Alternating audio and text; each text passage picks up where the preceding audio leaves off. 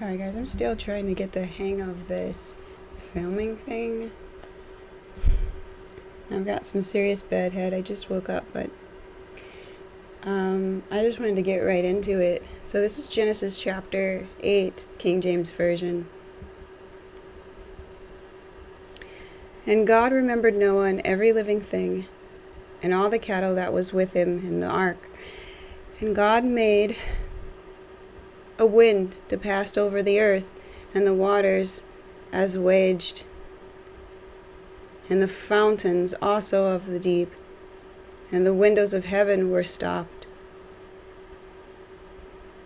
and the rain from heaven was restrained, and the waters returned from off the earth continually. And after the end of 150 days the water were abated. And the ark rested in the 7th month, on the 7th day of the month, upon the mountains of Ararat. And the waters decreased continually until the 10th month. In the 10th month, on the first day of the month, were the tops of the mountains seen. And it came to pass at the end of 40 days that Noah opened the window of the ark which he had made, and sent forth a raven, which went forth to and fro until the waters were dried up from the earth. Also he sent forth a dove with him, to see if the waters were abated from off the face of the ground. But the dove found no rest for the sole of their foot, and it returned unto him unto the ark, for the waters were on the face of the whole earth. Then he put forth his hand and took her, and pulled her into him unto the ark. And he stayed yet another 7 days, and again he sent forth the dove out of the ark. And the dove came in to him in the evening, and lo, in her mouth was an olive leaf plucketh off. So Noah knew that the waters were abated from off the earth. And he stayed yet another 7 days, and sent forth the dove, which returned not again unto him any more. And it came to pass in the 601st year, in the 1st month, the 1st day of the month, the waters were dried up from off the earth, and Noah removed the covering of the ark, and looked, and behold, the face of the ground was dry. And in the 2nd month, on the 7th and 20th day of the month, was the earth dried. And God spake unto Noah, saying, Go forth of the ark, thou and thy wife, and thy sons' wives with thee. Bring forth with thee every living thing that is with thee, and all flesh, both of fowl and of cattle, and of every creeping thing that creepeth upon the earth, that they may breed abundantly in the earth, and be fruitful, and multiply upon the earth. And Noah went forth, and his sons, and his wife, and his sons' wives with them. Every beast, every creeping thing, every fowl, and whatsoever creepeth upon the earth, after their kinds, went forth out of the ark.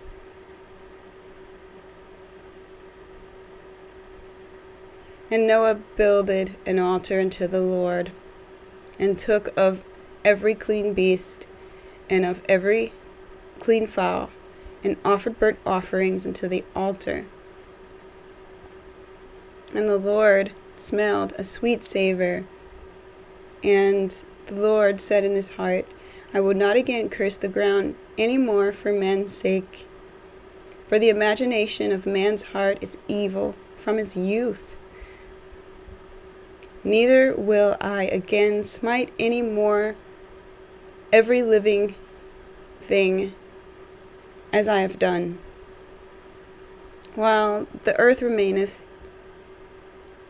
seed time and harvest, and cold and heat, and summer and winter, and day and night shall not cease. That's the end of chapter 8, King James Version. Already the last verse, 22, while the earth remaineth, seed time and harvest, cold and heat, summer and winter, the day and night shall not cease. While the earth remaineth. Can already see he's got plans to end it still. He's just saying that he's not going to end it the way that he just did. He's not going to do that. He's not going to flood this place ever again and just wipe out man in this way. But he's not saying he's never going to end this world. He says, while the earth remaineth, which means there will be an end. He's already got the end planned here. And if you know about what happens at the end of this whole thing, he doesn't flood it. He burns this place up. He incinerates it. So take note of that, He's not saying he's never going to end this place. He is. I also noticed Noah, well, they've been somewhere around a year, this whole thing is happening with this ark and this flooding and this floating about. And even when the waters start to dry up and the mountaintops and everything start to reveal themselves again, Noah's super cautious. Even when he sends the raven out and the dove out, and then the dove comes back eventually with an olive branch, notifying that there's land available now.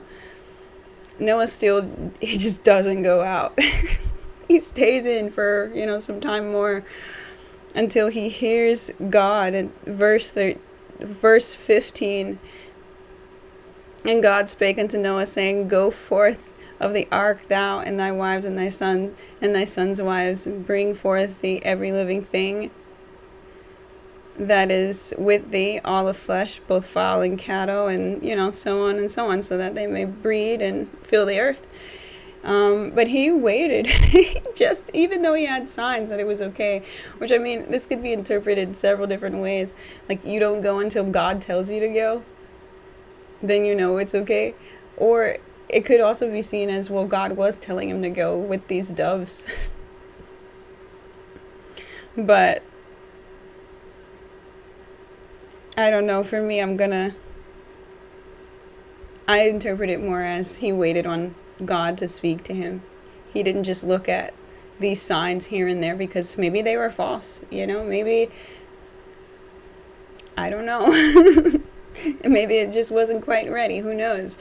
I do like the fact that he did wait on God, and God assured him that it was okay. And that's when he actually took action and left. And he was given instructions as well, like, take everybody out, and it's the time now to repopulate this planet. He does mention in verse 21, and the Lord smelled the sweet savor. Let's just go back to all the way to 20, actually. Noah's out on the land now, and he builds an altar unto the Lord, and took every clean beast and every fowl and offered offerings to the Lord. He's doing basically what we'd seen Cain and Abel doing, or Abel doing it the right way. Obviously, these traditions are still here.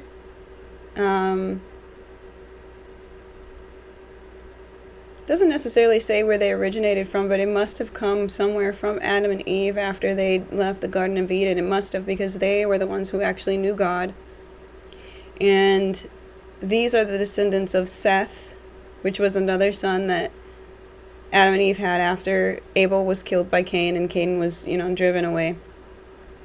They had Seth, and Seth's bloodline, it was clear that people began to call upon the name of the Lord in that bloodline. And so it's still here, down that bloodline, down all the way to Noah and his legacy, and he's still holding on to these traditions. Not only does he have a relationship with God, he's still doing this traditional offering that was a thing basically from the beginning of the world outside of Eden. And he did it right, like Abel, because God's over here making promises in a way. It says in 21, he smelled the sweet savor, and the Lord said in his heart, I will not again curse the ground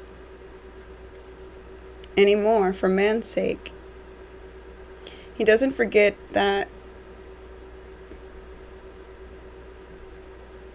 the evil of man, though, because right after that he says, for the imagination of man's heart is evil from his youth. He doesn't forget this because let's be honest, he knows that despite cleaning and cleansing the earth and resetting it with this righteous man, unfortunately, just human nature, this is bound to happen again with us. Not him. He's making a promise he's never going to do this again in this way. But he knows that we're going to be evil. He just knows that this world again is just going to get filled up with a bunch of people who are just living in just wickedness willingly, doing everything to their imagination, etc. Just forsaking God and the order of things, which the order, it makes sense. It's not to take away your fun. It's for you. It's for your protection. That's why he's got these laws and ways, so that you can keep yourself out of trouble, let alone the ultimate trouble. Gosh, you don't want that. Nothing on this earth and your wicked imagination isn't worth the great white throne of judgment. It's not worth having, your book opened up and God basically revealing all the dirt you did when you were here, that people do and they try to hide and whatever. You won't be able to do that there. So it's not worth seeing God at that place, at that throne. Nothing here is worth that. I never understood that. If you're awake enough to realize that, and you're conscious enough to realize that what you're doing is wrong, let alone what you're doing is wrong, and you try to do it in secret, but nothing is a secret, mind you. It's all recorded in your own personal book that God's going to reveal to you at the end of all this. So be careful. He's already saying here in chapter 8, he already knows that this place is going to be filled with people with that type of mentality. So just keep note in the very last verse of this chapter 8. He's promising that he's not going to flood it, but he's definitely stated that the end is coming. There's still an end to this world. There's still an end. So just keep that stuff in mind, guys, when you're reading it. It's very interesting in retrospect that this is only chapter 8, and he's already letting you know his plans for the end in a way. He's already foreshadowing it. And that's basically all that I noticed about this. I probably already rambled on for much too long here, and I just appreciate you reading along with me. Hope you got something out of it. If you noticed other things, which there's just so many things. I mean, I've barely noticed anything here. There's a lot going on in here. So the numbers, of the days and the months and things being the first day of the first month and all of that, there's significance in that. I haven't really been able to break that down in a way that I would like. So if anybody understands that, I would love to hear more about it and just kind of enlighten myself, my growth when reading the word. So That's all I got to say about that. I hope you have a blessed day, and I hope this touched you in some way, and I pray many, many, many, many, many, many blessings over you, and I thank you for reading along with me. Until next time, and Genesis chapter 9 is next, King James Version. I pray that you have a blessed day. Bye.